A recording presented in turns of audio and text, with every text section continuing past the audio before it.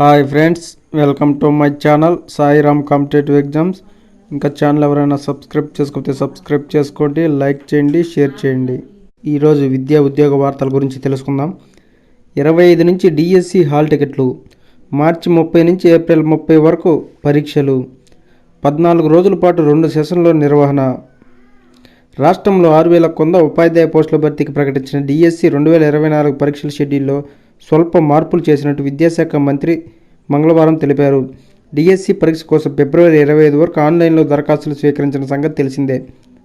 తొలుత ప్రకటించిన షెడ్యూల్ ప్రకారం మార్చి 15 నుంచి డిఎస్సి పరీక్షలు ప్రారంభం కావాల్సి ఉండగా పలు కారణాలతో వాటిని ఈ నెల 30 నుంచి ఏప్రిల్ 30 వరకు నిర్వహిస్తున్నట్టు పేర్కొన్నారు.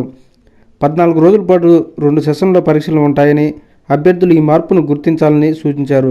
సెకండరీ గ్రేడ్ టీచర్ పోస్టులకు అర్హతలు మార్చడం, టెట్ పరీక్షకు డిఎస్సి పరీక్ష మధ్య తగిన సమయం ఇవ్వడం వంటి కారణాలతో షెడ్యూల్లో మార్పులు అనివార్యమైనట్టు వివరించారు.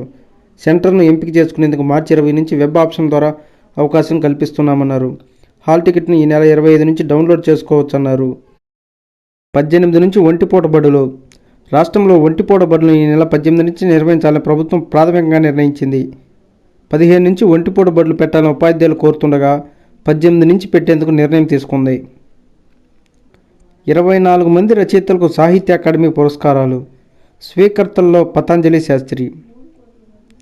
తెలుగు రచయిత టి పతంజలి శాస్త్రి సహా 24 మంది మంగళవారం ఢిల్లీలో సాహిత్య అకాడమీ పురస్కారాలు స్వీకరించారు. 2023 సంవత్సరానికి గాను కవిత్వంలో 9 మంది, నవలా రచనలో 6, చిన్న కథల విభాగంలో 5 వీటిని పొందారు.